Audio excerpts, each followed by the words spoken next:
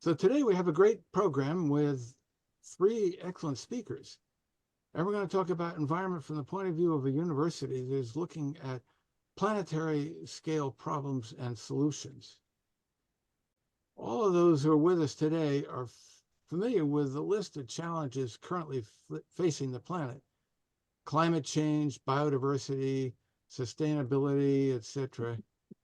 And you're also familiar with the role of governments, federal, state, and local, in addressing these challenges.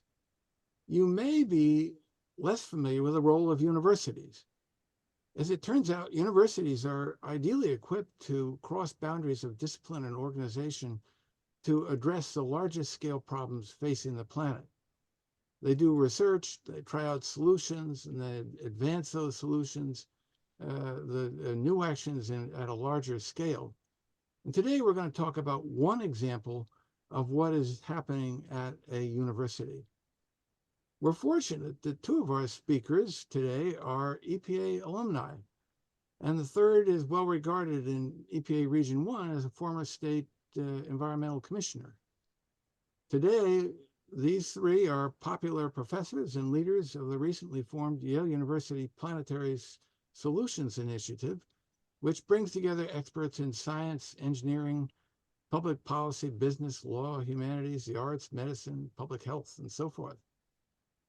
You have links in the invitation to today's program to the long and impressive bios of our speakers, so I'm only going to introduce them briefly, and you can read about them all you want online. Julie Zimmerman is Yale's Vice Provost for Planetary Solutions and Professor of Green Engineering.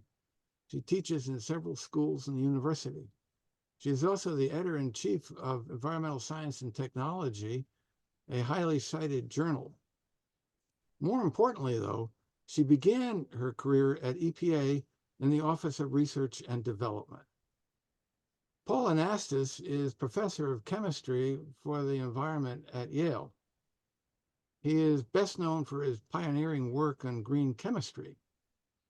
Earlier in his career, he served in EPA's Office of Toxic Substances, and later he returned as Assistant Administrator for Research and Development and Agency Science Advisor. It's been my pleasure to know Julie and Paul for several decades, since I've worked with both of them independently at EPA. As some of you are aware, Julie and Paul are not only professional colleagues, but they're also married, and they have two teenage daughters, which I think must give them more to talk about at home than merely how to fix the planet. Rob Klee is Managing Director of the Clean Energy Programming at the Yale Center for Business and Environment. He's got both a PhD and a JD, and he recently served as the Commissioner of Connecticut's Department of Energy and Environmental Protection, which is when I first met him. And today, Rob focuses on subnational energy and climate policy, which will be interesting to us on the program today. As advertised, we expect this program will last until 5:15 p.m. Eastern Time. Our speakers will talk for about half that time, and then they will take questions. If you have a question, please use the chat function on your screen, and I will read the questions to them. Don't start yet, though. First, see if they speak to your question in their presentations.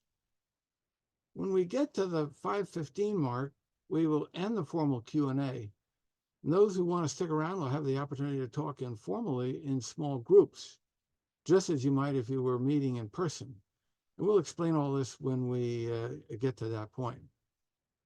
I want to note that we'll be recording the panel and the Q&A for people who want to watch the program later, but we'll not be recording the informal small groups. Before turning the mic over to our speakers, I want to note that this program is one of a series of virtual events that the EPA Alumni Association Academy has been organizing. We've done over 30 of these programs in the last 3 years. You can see the list and all the recordings on our website. We have more in the pipeline for this spring and into this fall.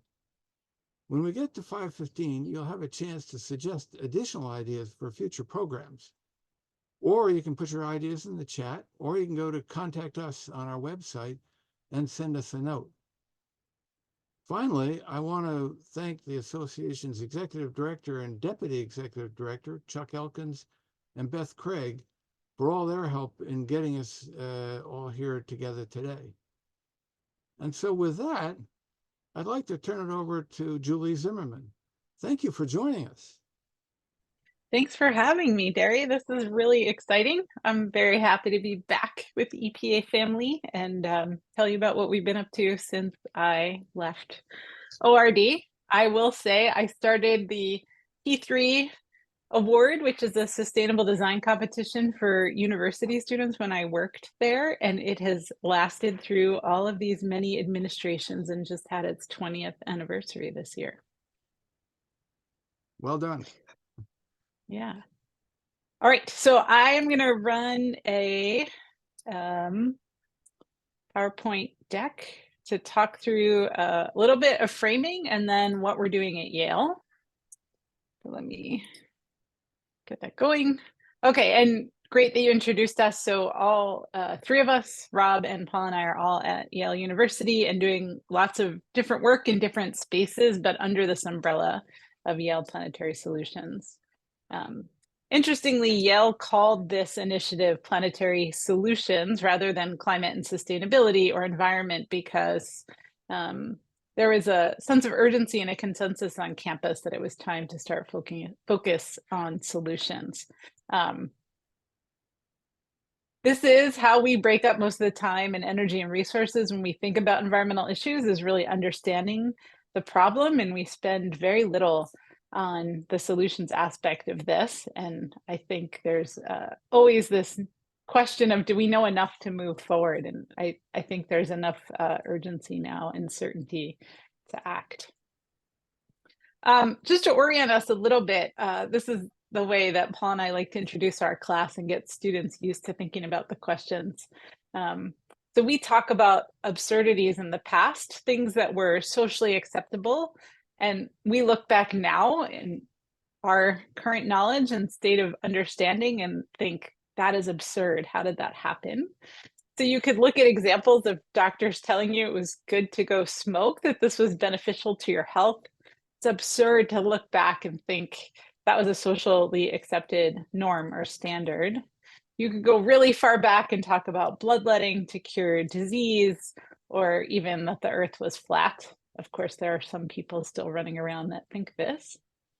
But the point here is we look back at these and think it is unbelievable that this was the norm of the time. And if we take that lens and we bring it forward and we say, what are future generations going to look back on us and think, this is absurd. How is this a social norm? How is this accepted and tolerated in society? So you could start looking across things like the chemical industry and note that the largest product that actually is produced by the chemical industry is carbon dioxide. More than any value-added intentional product is the unintended product of carbon dioxide. The same thing could be said of the pharmaceutical industry. The largest product that comes out is waste solvent. It's not any active ingredient or medicine or healing as we would think about it. We know today, based on analysis by the IMF, the International Monetary Fund, that the fossil fuel industry is benefiting from $11 million a minute in subsidies. 1 million of that is explicit, direct subsidies, and $10 million is indirect or implicit subsidies in terms of the damage they cause of health effects or sea level rise or more intensive storms, and what we pay as the public or society to absorb that harm and repair it.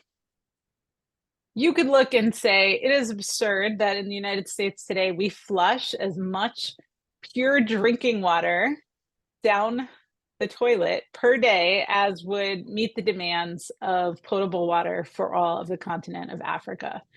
It is absurd, and I imagine future generations will look back at us today and how we accept this as a social norm, the way we look back at some of the absurdities of the past. You could look at 40% of global energy production comes from coal, and 40% of that energy is used for fertilizer production. So again, we could look at the Haber-Bosch process and say, we need to do things differently. It's absurd that this is accepted. Of course, the goal is really important here. And then think about the Ellen MacArthur Foundation study that came out that said there'll be a megaton of fish in the ocean by 2050, and also about a megaton of plastic in the ocean by 2050. I think future generations will find this absurd. All of these are unintended consequences in many ways of what we are doing to provide goods and services for society and the economy. And the point to think about is the elephant in the room is it is the very things that we have done to extend life expectancy, to bring people out of poverty, to improve health and well-being are the same things that we're doing that are causing these unintentional harms for people on the planet.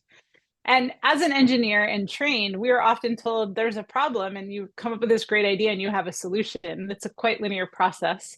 And it's worked in many places. If you look at transportation or wastewater treatment or manufacturing or communications or healthcare, there's just one problem with how this has worked. And that's we've only often been working on half of a problem statement.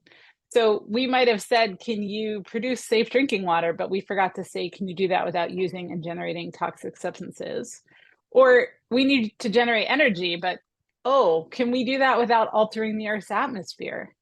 Or can you provide the things that society needs, but can you do it without depleting finite resources and generating lots of waste? And so you can go through many examples of this, of we've solved the problem that we were given or was articulated, but we forgot about the other half that led to all those unintended consequences and the absurdities we're living with today. I am a bit concerned we are approaching climate change in a similar way, in that we are very focused on reducing carbon emissions and using this as almost carbon tunnel vision to forget about potentially or miss interconnections or synergies of all the other endpoints that we're also concerned about. And so we don't want to solve climate change in the same way of only half the problem statement.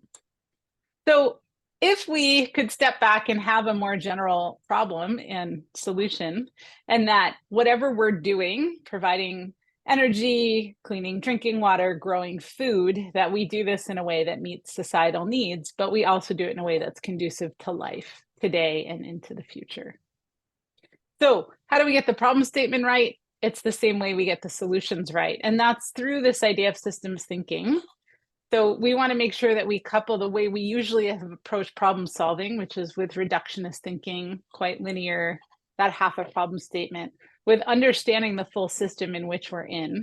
And this is not a new idea. This is ideas that have been around for 50 years. This is a paper that was published in Science in 1972 that started to talk about this idea of how do we couple reductionism with systems thinking, and the importance of knowing that just because you understand the little parts of a system, the individual pieces doesn't mean you understand how that system works together. Just to make it very literal, if I take a Volkswagen Golf and I take it all apart, I could understand each one of these individual pieces very well, but it doesn't mean I could put the car together and drive it. And so it's really important as we're exploring solutions to environmental problems that we understand what these interconnections are and how the system is working.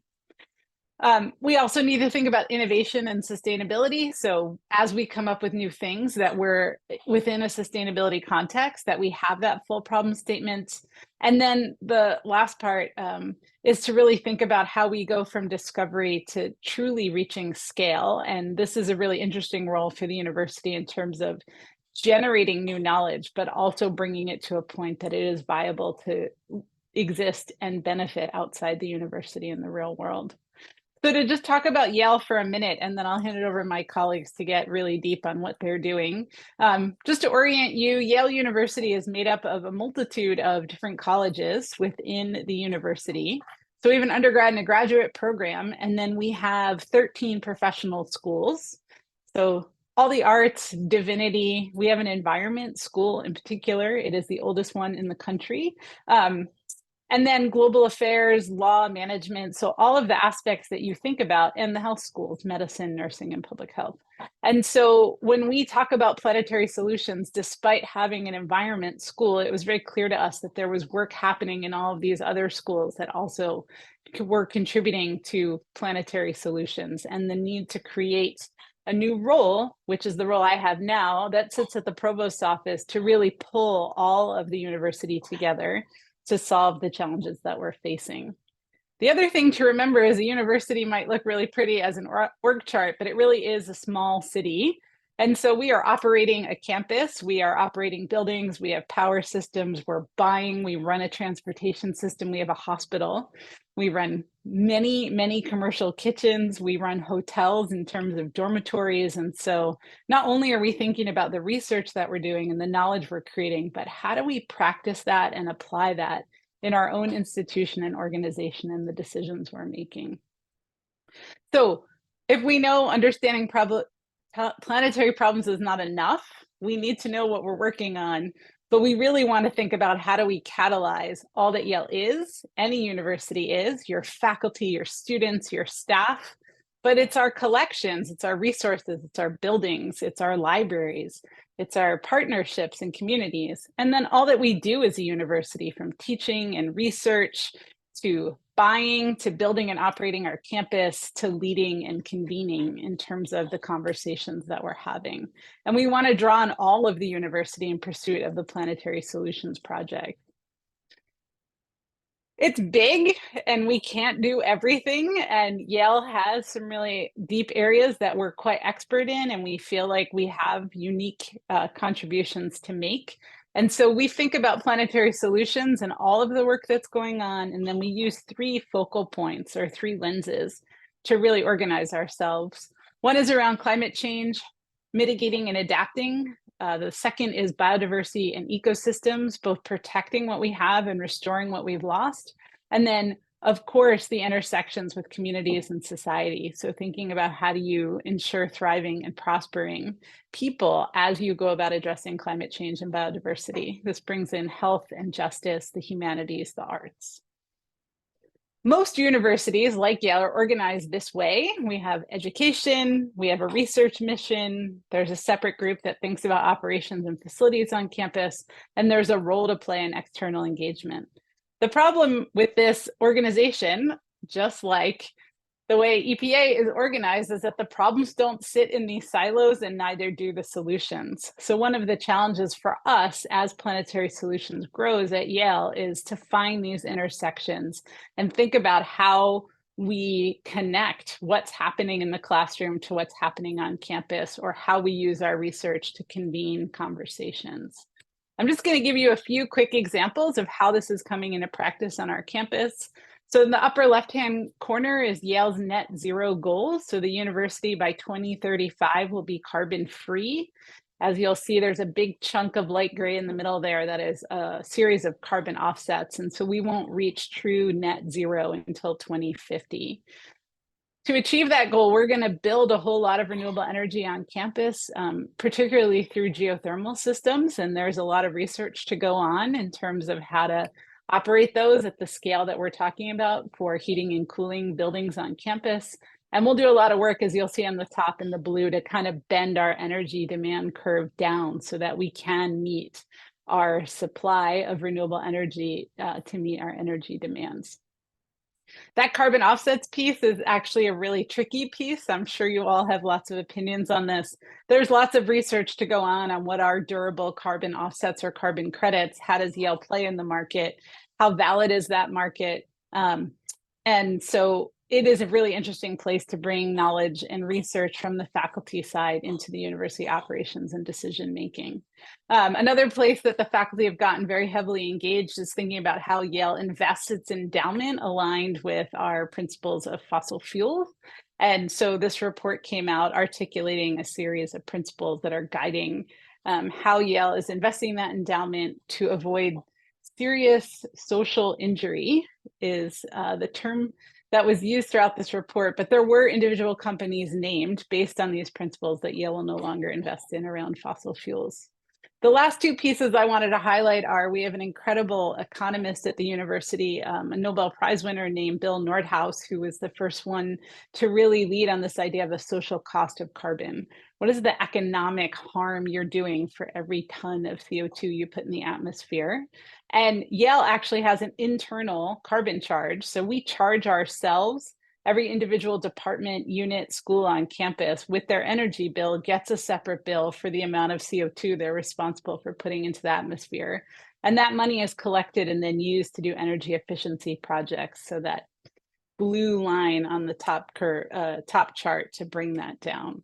And the last thing I wanted to mention about going to scale and this new role for the university is a climate tech accelerator that the university helped stand up in the city of New Haven called Climate Haven.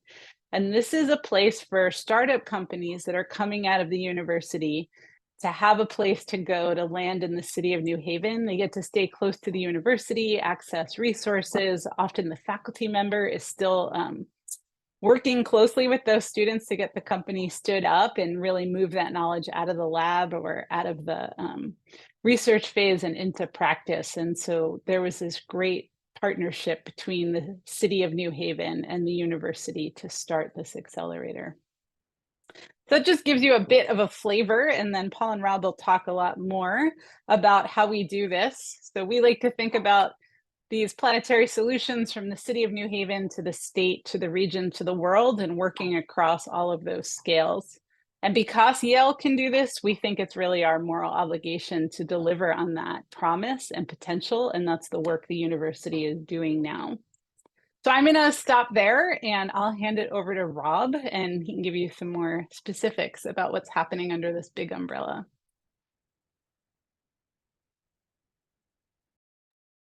Terrific. Julie, thank you for that. And Gary and team, first of all, thank you for inviting me. Thank you for inviting someone who wasn't an EPA alum to be part of this gathering. I feel honored and privileged. I do have this sort of funny connection that when I was commissioner in Connecticut, I think I was everyone's second favorite commissioner because Gina McCarthy was also commissioner in Connecticut. So I was pretty happy to be like number two, just behind Gina. So I'm going to share my screen, and I think my presentation is going to follow nicely from Julie's, and will then transition well to Paul, because I'm going to take the next few minutes with my talk to share some of the work that I do, my teaching, and then focus in quite a bit on the student interactions that I have in engagement on subnational solutions for climate and clean energy deployment, and the role that Yale plays in sort of creating and shaping these students both on campus, across campus, as Julie sort of mentioned, our connections throughout all the different areas of Yale. But I'll also mention the work we're doing outside of campus with our new online certificate programs. Before I do, and it sort of feeds, I always like giving, I've opened most of my classes with a reference here to the work of Rockstrom and others. I like this one. Is 2009 is roughly when I finished my PhD work all the way up till today. They've been tracking how we've been crossing planetary boundaries, from global warming to deforestation to impacts on the biospheres to emerging and novel entities to biogeochemical flows. So that's a career's worth of time, and we're unfortunately not heading in the right direction. I also like this one because I'm going to focus in on climate and clean energy. This one, I mostly like it for the cover art and the fact that I'm a bit old school vinyl. I enjoy also puns, including the fact that we seem to be breaking all the wrong records in terms of record temperatures and emissions and fossil fuel consumption. But I do like to note that even the UN in their emissions gap report noted that we have a record number of countries with net zero commitments.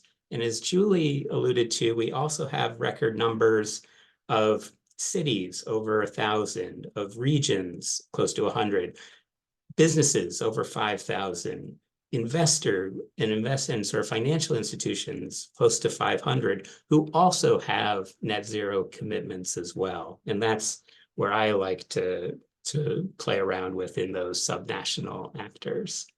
The other thing I often like to begin my classes with is that I'm a fan of stubborn optimism, which I am wholeheartedly stealing from Cristiana Figueres, the architect and leader of the 2015 Paris Agreement, who has a great and well-viewed TED Talk on this topic.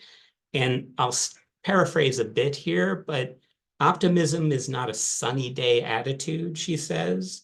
It's a gritty, determined, relentless choice each day, and it's achievable through radical collaboration with each other. And to me, that's why I work here at Yale, and that's why I enjoy the work I do and the work I get to do with my colleagues amongst the professors here, and with all the students who have, I believe, this same sort of stubborn optimism on climate. And that radical collaboration, to me, must include our subnational actors, the states, the cities, the companies, the institutions like Yale. And I know Yale has been one of my sort of test cases and laboratories for students to engage in the Planetary Solutions program, but also with the Yale Sustainability Office, the other sort of groups that are trying to make Yale as a model in and of itself for how we're going to approach the clean energy transition and climate action.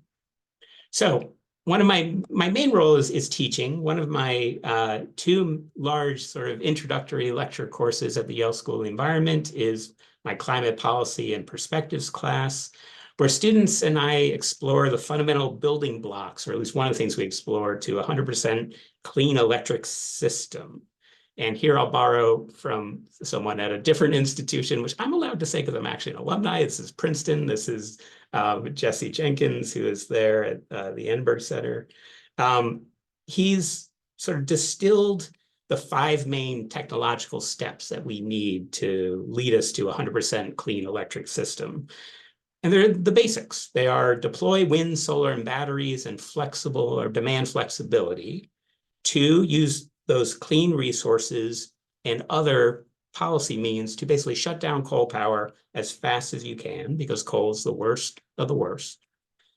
3, keep existing nuclear and likely some gas for firm generation, base load, and some peaking, particularly for when wind and solar is not enough. 4, build a bigger and better grid. And while you're doing the first 4, which are all technologically feasible today and will cut our power sector emissions by 80 to 90%, probably by 2030, you do all 4 of those.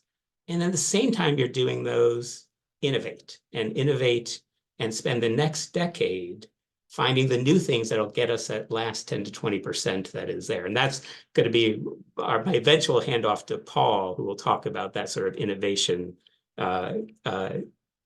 system and ecosystem that Yale has created and is spinning out.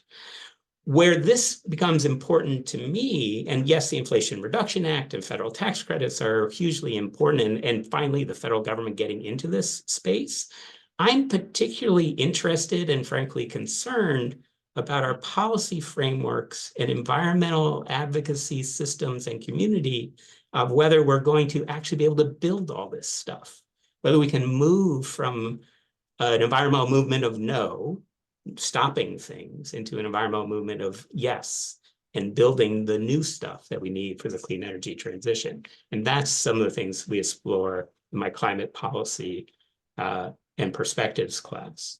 The other big class I teach, including today, just before coming here, is environmental law and policy, where I also try to highlight the role of subnational actors. And this class, I get a terrific mix from like half the schools that Julie mentioned. I get folks from Yale College and the School of Management and our international relations, and occasionally public health students, all interested in the fundamentals of our environmental regulatory system, where I do spend most of the semester talking about everything I learned when I was commissioner in Connecticut and all of our major federal environmental laws.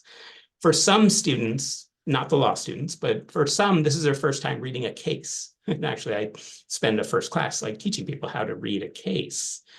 And the semester is full of a lot of, particularly this year, challenging federal decisions and Supreme Court decisions, and sort of interesting sort of moment in time at the federal level. And because that would lead to an extremely depressing semester, I pepper the semester throughout with some interesting and fairly big wins at the state level. Just today, literally, I stole this slide from today's lecture. We talked about some of the big climate wins in state courts and based on state constitutions, which, unlike our federal constitution, we have a handful of states where in your state, the state constitution guarantees that you have a right to a clean and healthy environment that advocates are now using in Hawaii, Montana, and elsewhere to say that clean and healthy environment includes a climate system that's capable of sustaining current and future generations. So again, taking a course that is largely about big national, federal, and some international law and policy, but bringing it down to that local and state level about what is possible with innovation in law and policy at the state level. So I'm giving you actually my personal sort of course catalog. So I teach climate policy and perspectives, environmental law and policy. Those are my two big courses.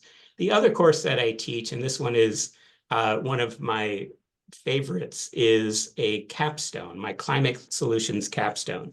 And that's a signature element of our Masters of Environmental Management here at Yale School of the Environment, where our students are required to work on applied projects to actually get outside of the walls here and usually engage with an outside host, a client, in a consultant mode or on a research project, in the hopes of gaining that real world practicum experience while they're in our master's program.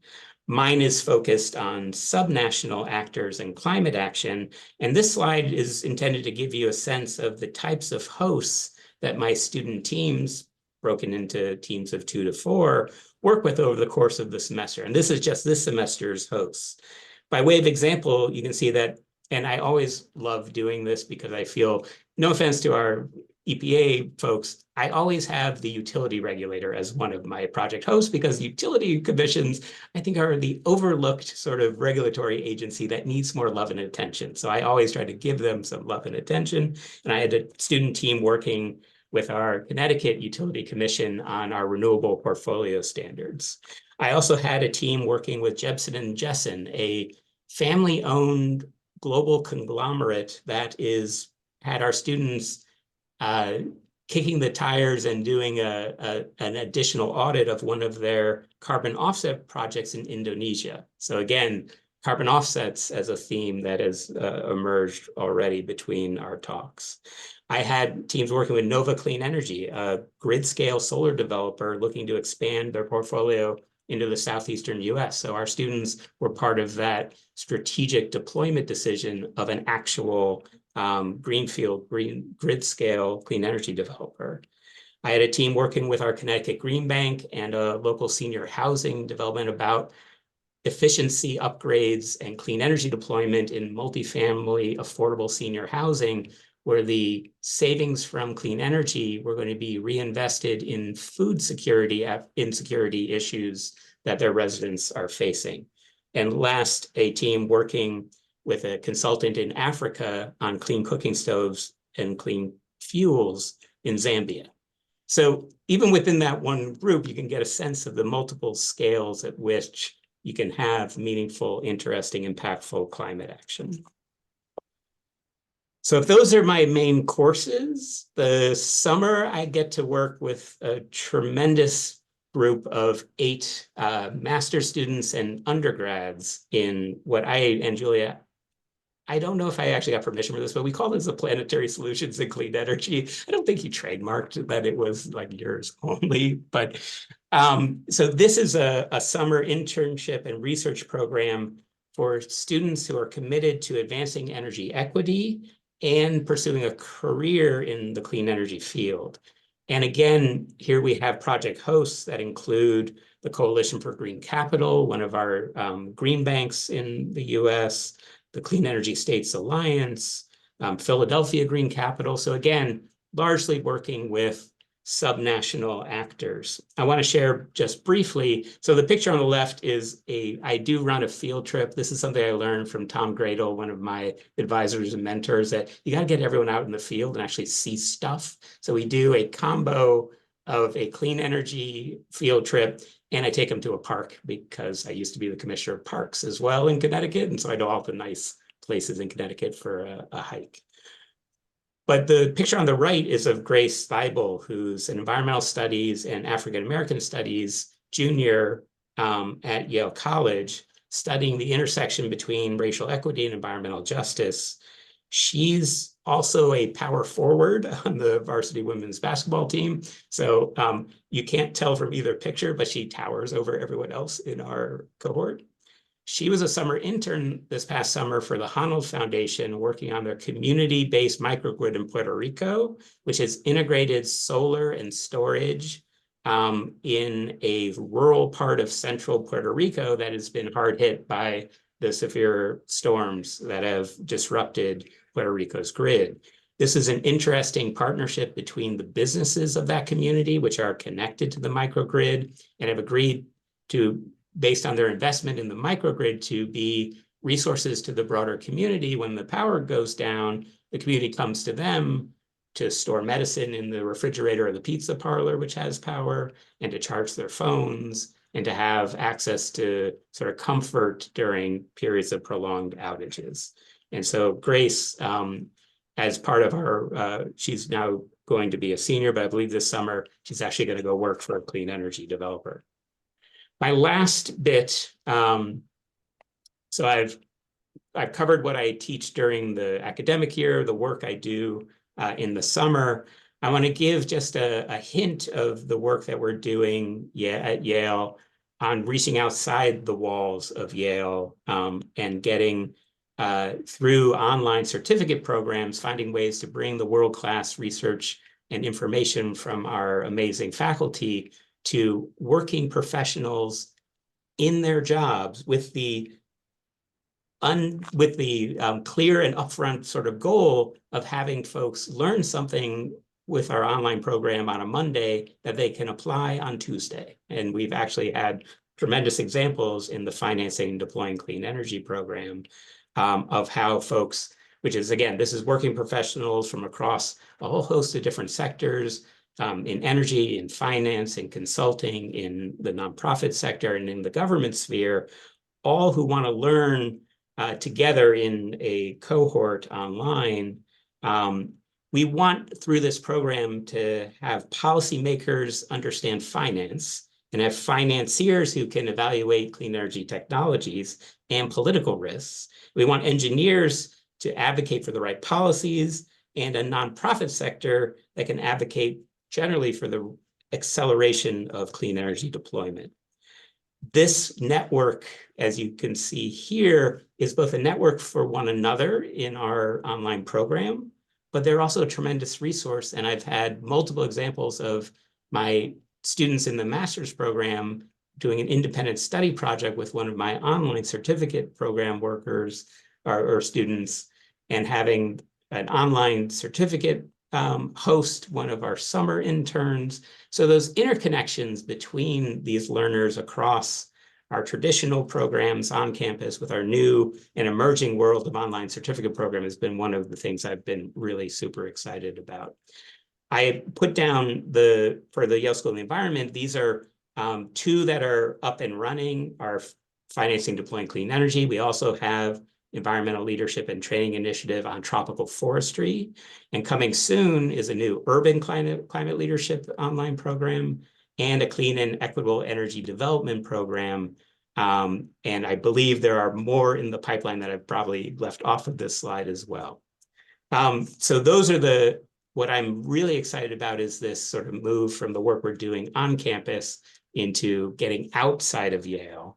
And perhaps, Paul, that's the perfect segue over to you to talk about the work that you've done in getting folks launching from the lab into the innovation space.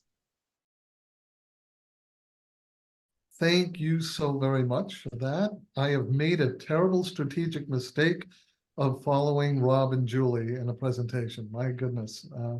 it's always wonderful to be with my wonderful, wonderful colleagues. First, let me say thank you, Derry. Thank you, Derry. Thank you, Chuck. Thank you, Beth.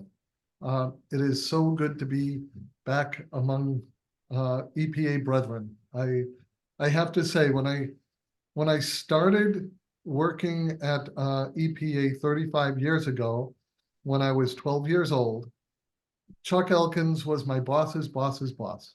And ever since that time, and people have heard me say it, of all the job titles that I have held over the years in academia and business, there is no greater honor than being called a public servant. So it's really great to be with you. I see a few dear friends who are online, and a special hello to you. So I'm going to just chat a little bit about how we try to view things a little bit differently here, do things a little bit differently. And what I would love to do is I'd like to encourage all of us to do impossible things. I'd like all of us to be part of promoting and causing impossible things to happen. What do I mean by that? And what does that have to do with the subject of what we're all talking about today? Well, what I mean by this is that when I first arrived at Yale 17 years ago, Julie and I arrived 17 years ago here at Yale, you know, one of the things, or the things we were really advocating for were interdisciplinarity, innovation, entrepreneurship, and a solutions orientation. And overwhelmingly, the response that we got was disciplinary depth and rigor is our mission. And that is what is valued and rewarded. 2, innovation cannot be taught. 3, entrepreneurship is not scholarly. And 4, our job is to study interesting problems. Flash forward 17 years later, here we are in Yale. Interdisciplinarity is dominant. If you're not thinking in an interdisciplinary way, people will ask you, why not? 2, innovation is the focus across research and across our teaching everywhere you look at Yale. 3, so many entrepreneurship programs exist at Yale that you can't swing a stick without hitting a new entrepreneurship program. There's even new organizations such as Yale Ventures and something called Sci-City that is meant to foster entrepreneurship. And as far as solutions orientation, Planetary Solutions says it all. We've gone from knowing that measuring, monitoring, reviewing, and assessing the problems is enough to saying, no, the only reason to deeply study and understand a problem is to inform and empower its solutions. So that kind of transformation happens with a band of heretics who are willing to take on, you know, very entrenched systems and infrastructure and beliefs. And I just say, simply because bright and yes, powerful people say something is impossible, doesn't mean that the right thing is actually impossible. And so I go through all of that as a prelude to some of the specifics I want to discuss. But I know that during my years at EPA, and I'm guessing that folks on this call are saying, you know, there's so many things about the way EPA is structured and the way it does things that we might like to change, but it's just impossible. And I will just mention that EPA is 54 years old. Yale is 323 years old. we we taught the government how to be bureaucratic, before it even existed, right? And so I think that doing impossible things is not only possible, but important. So what are some of the impossible things that we're taking on here as part of Planetary Solutions, as part of this innovation imperative? Well, I'll tell you, first impossible thing. As you all know, I'm a simple country chemist, and I was taught, I knew for sure that lignin, which is the structural basis of all plants and biomass, that you could make anything out of it except money, right? Lignin was too recalcitrant. You could not transform that. You could not use it as a feedstock. And that's why 98% of it has always been burned. 98% of lignin was burned. This wonderful, abundant, elegant feedstock, 98% was burned. So the things that make up things like trees and these kinds of nutshells that are here, we decided to take on a way, develop new catalysts, break it down into these small molecules, aromatics, so that instead of the equivalent of energy at, let's call it $65 a ton, you're getting out value-added chemicals that are able to get $200 a kilogram, driving the economics for the integrated biorefinery, so that you're able to have partnerships with the African Power Initiative that we've been together with for most of those 17 years, so that under cultivation, these kinds of nut trees, under cultivation at 1 million acres, about half of the equivalent to half the state of Connecticut, so that they hold soil, they sequester carbon, they hold water, they create jobs. That kind of systems thinking that Julie referred to, that has the environmental and the social and the economic all working together in alignment rather than as trade-off, that's one of those things that we took that impossibility of, well, of course you can't convert lignin into value. Well, Mark Twain supposedly once said, it's not the things that you don't know that get you into problems. It's the things that you know for sure that just ain't so. So the second thing that just ain't so that we took on was, everybody knew that PET, oh, I should say, I didn't even give you the punchline.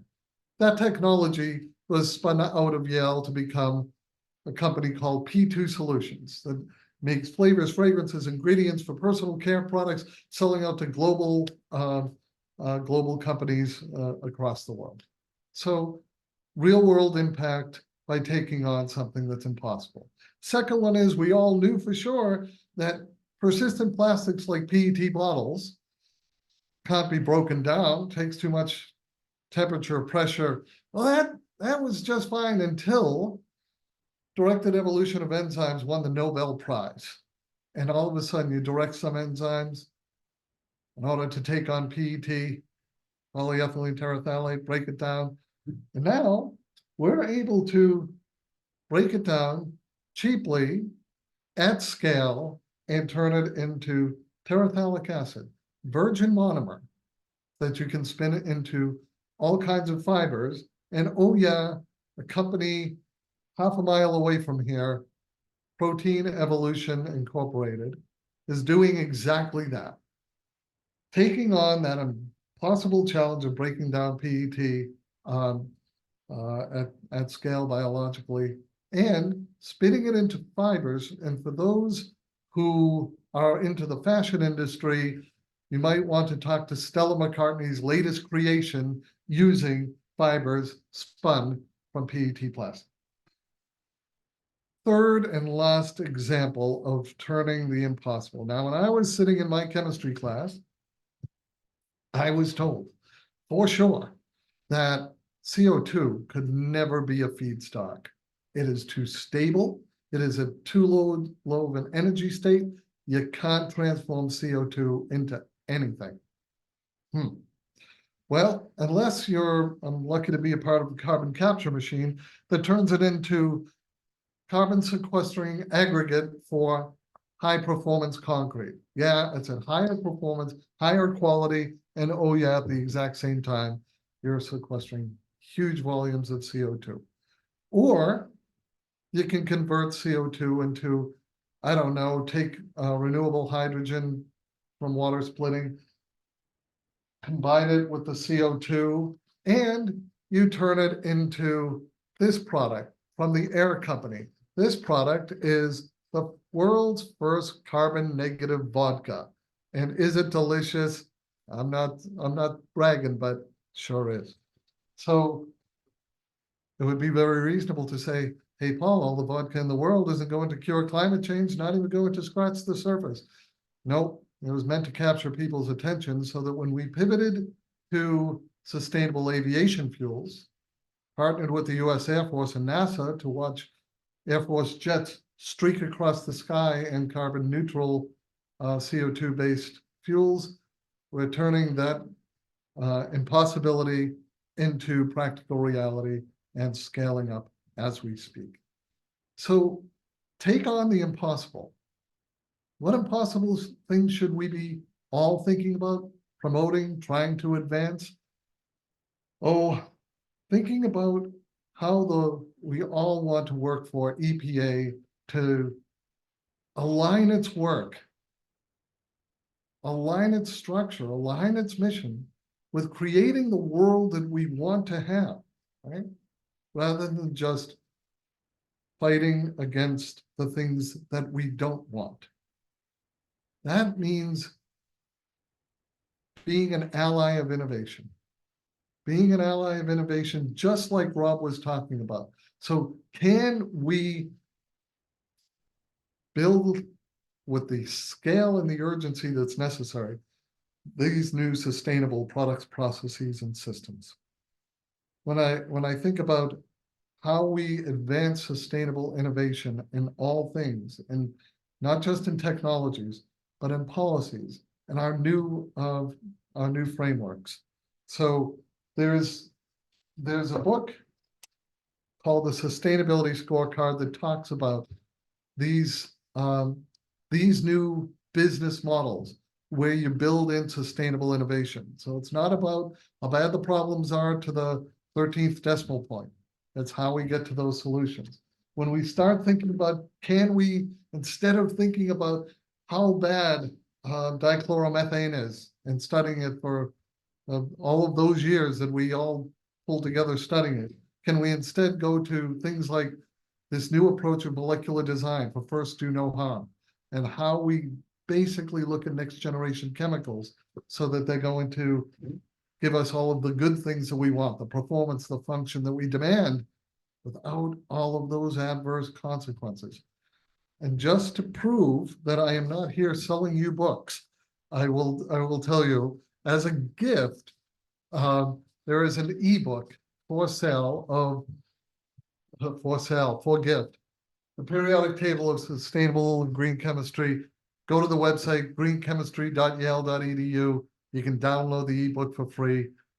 This is the message of innovation. This is what we're doing here at Yale, but most importantly, we're trying to do it in partnership with absolutely all of you. So I'm going to stop talking. Thank you once again for the honor of visiting with you, and happy to chat and have questions if you have any. Thanks.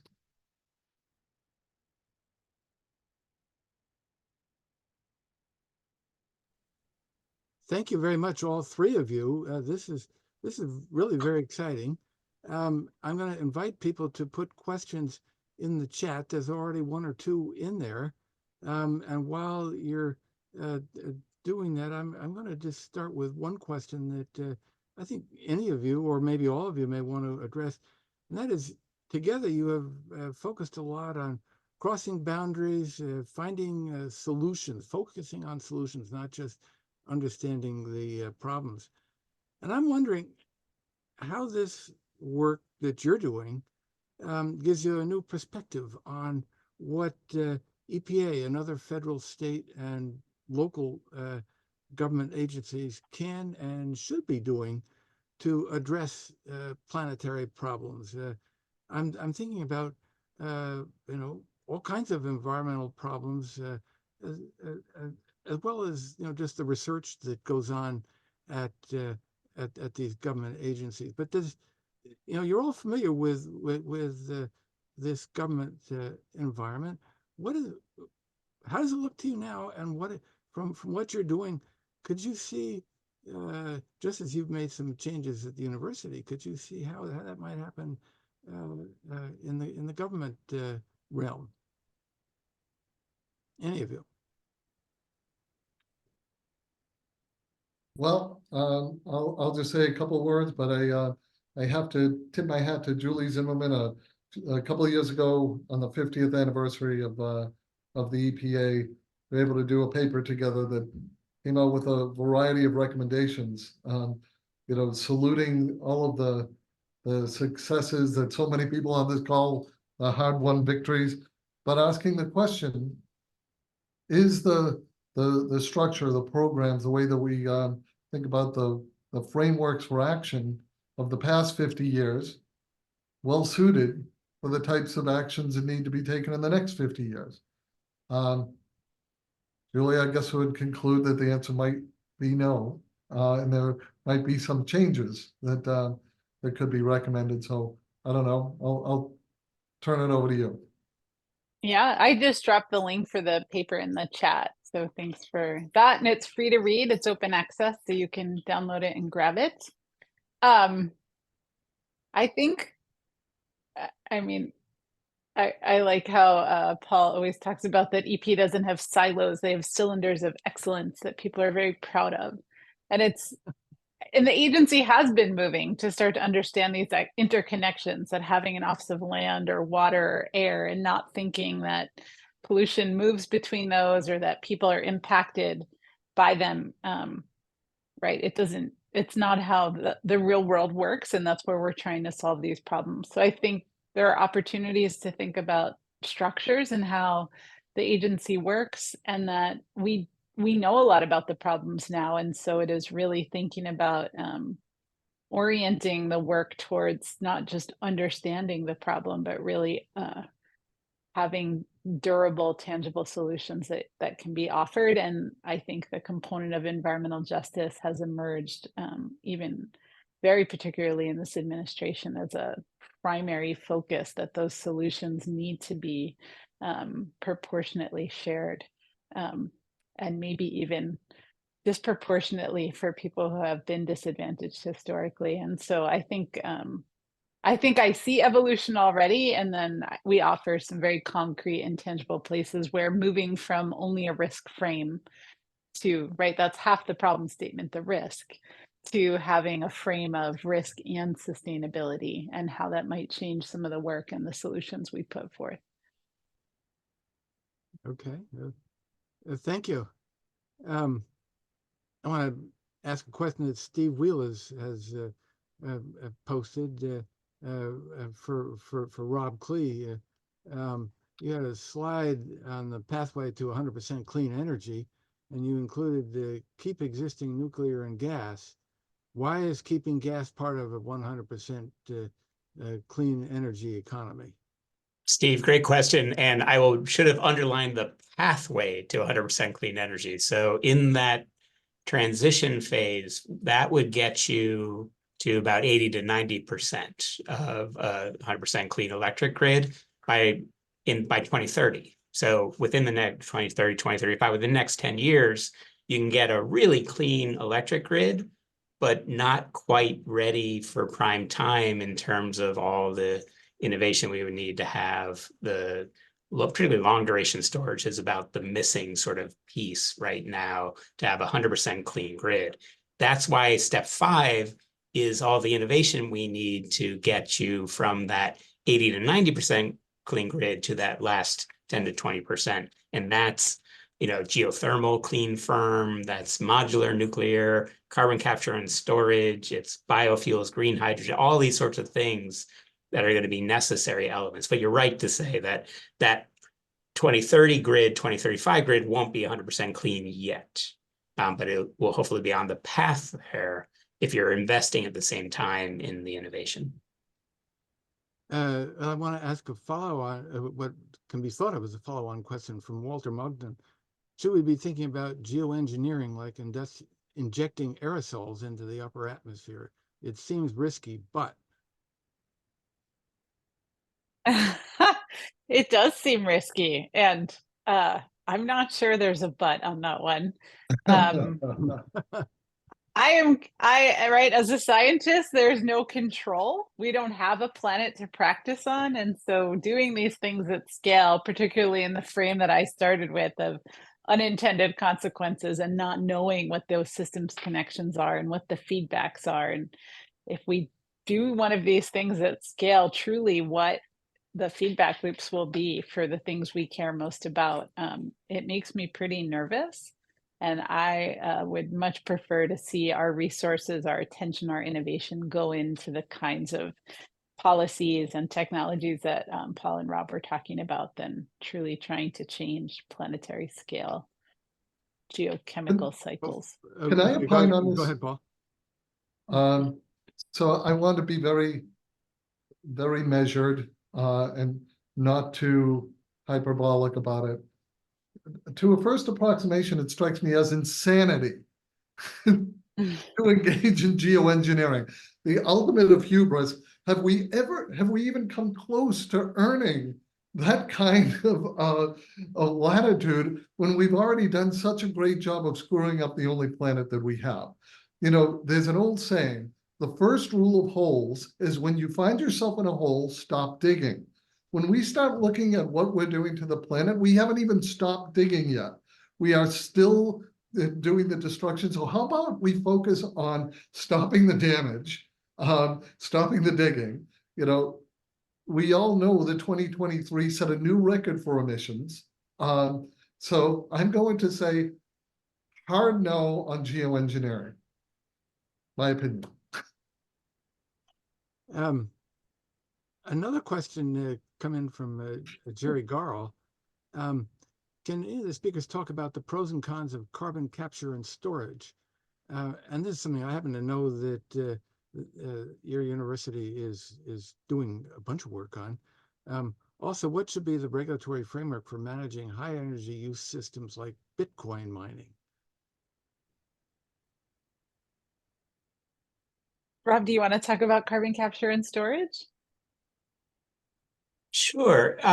It's interesting that it has been a component of most of our projections of, you know, the long list of things we need to do, with that first large wedge obviously being mitigation reductions are emissions. But there is always, in the IPCC reports and otherwise, this like wedge towards the bottom of necessary negative emissions and taking carbon dioxide out of the atmosphere to get us back to a level that is acceptable, which is the sort of one of those sort of challenging, going to a bit of what Paul was saying, that how much time, effort, energy, physical, mental, you know, resource are you putting towards negative emissions while you still have a really significant problem on reducing our actual emissions. But that's been an interesting part of the Biden administration approach, the support for carbon capture and storage through tax credits, through sort of really increased incentives. I've had some students sort of exploring what that would mean in terms of the sort of layered tax credits you now get for carbon capture and storage. Does it make these pretty hard things to do, to both concentrate, capture, sequester carbon dioxide in a way that doesn't cost, I'll say, the gazillion dollars, but it's, you know, $400, $500 a ton, is kind of, you know, will those tax credits be enough to actually spur some action there? Curiously, though, it's also part of the Biden administration's approach to stationary source emissions. If carbon capture and storage has to be a requirement for new power plants, existing power plants, it would require that type of investment in both the technology and proving that it actually works. I think it's, to me, that's more on the technical side. I'm not the one to probably talk to the work we're doing here at Yale on natural carbon solutions, and a big push through even a whole center there focused on the ways that we could enhance natural systems to be carbon sinks with all the caveats of longevity and stability of those carbon sinks. I don't know if Julie or Paul, you want to tackle that side? Yeah, I mean, I think let me reiterate something you said that's really important. So we should not violate the laws of thermodynamics. Right now, direct air capture is more energy in, right, than the CO2 that we're able to pull out of the atmosphere. So until your grid is 100% green, direct air capture is a pretty big lift. So this idea of going after point sources where you have CO2 that's really concentrated makes a lot more sense thermodynamically. The storage part is the part that bothers me for the reason that Paul held up that bottle of vodka. We talk about aviation fuels. That carbon, that C, is really valuable. We build a lot of things out of carbon, plastics, fuels, chemicals, pharmaceuticals, all the things that make life good in many ways. And there's no reason that C can't come from CO2 instead of from fossil fuels. So to take something that could be very valuable and bury it or sequester it, I have some questions about that strategy. For the places where it is very dilute, Yale is and has a very large effort center called the Yale Center for Natural Carbon Capture, where it's looking at ocean alkalinity and ocean capture for carbon dioxide from the atmosphere. There is work going on how you use forests and preventing deforestation and manage forests to uptake more carbon. And then also thinking about how we use agricultural fields and enhance rock weathering. So spreading things like basalt on agricultural fields so that you're stabilizing the soil at the same time that you're removing CO2 from the atmosphere. So those are the ideas of using what we know Mother Nature does anyway in terms of taking up CO2 and trying to really understand and quantify how to make that the most effective we can, how durable those solutions are, and where they make sense. And it's really from the air and not from these direct point source emissions. Thank you. Paul, you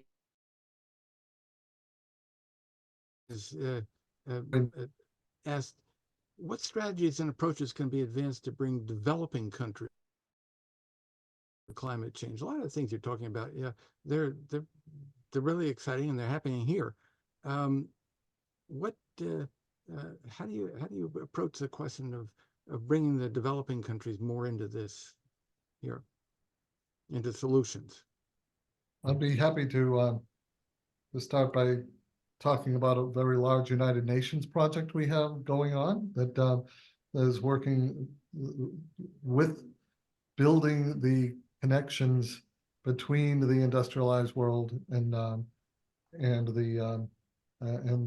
emerging economies.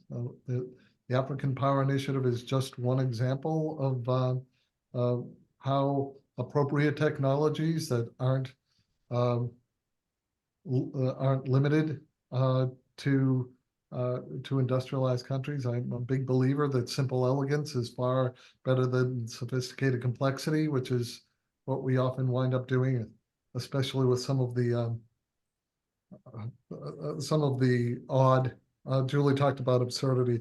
Some of the climate solutions that I hear talking about would fall into those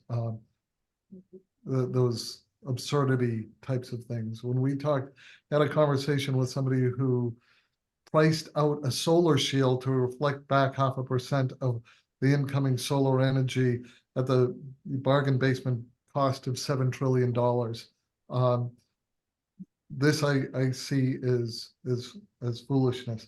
But when simple elegance on doing things that are aligned with natural biogeochemical systems in emerging economies in the developing world are quite straightforward.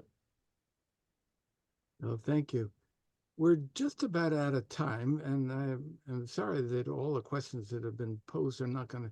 We're not going to have time for them, but I want to close with just a more general question, and that is, what can well-informed people like EPA alumni that we've got here do to address planetary scale problems?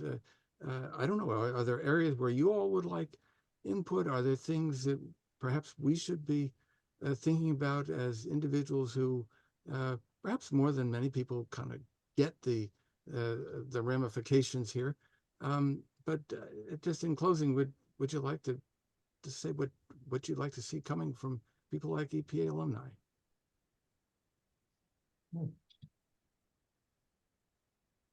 I have maybe a cheeky answer, but it's truly sincere, and that is to vote and to organize and to vote.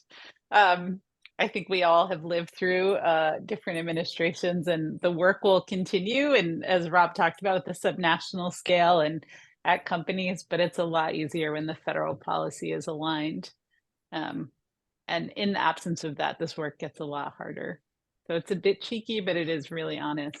But Julie, I'll double down on your cheekiness.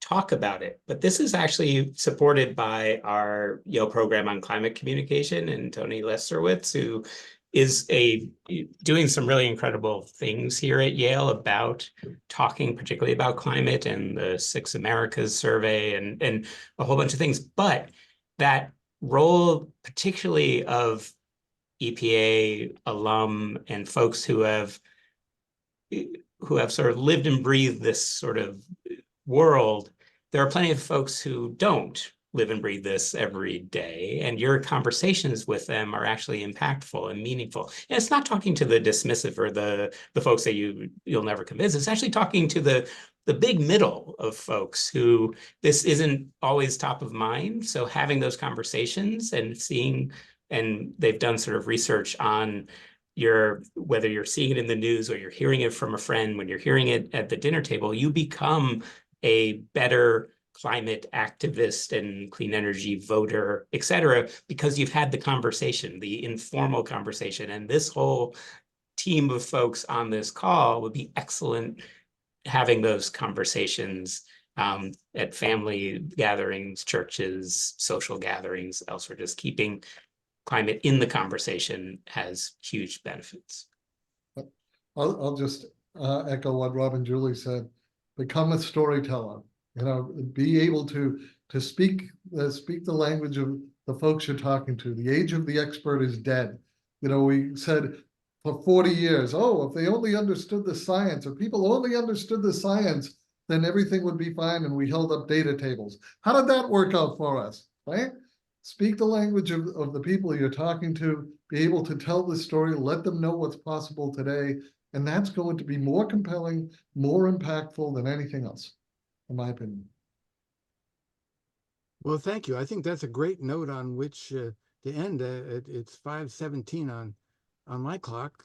So I want to thank all three of you. This has really been a very stimulating hour and a quarter, and we're deeply grateful for you to take the time to come and talk with us.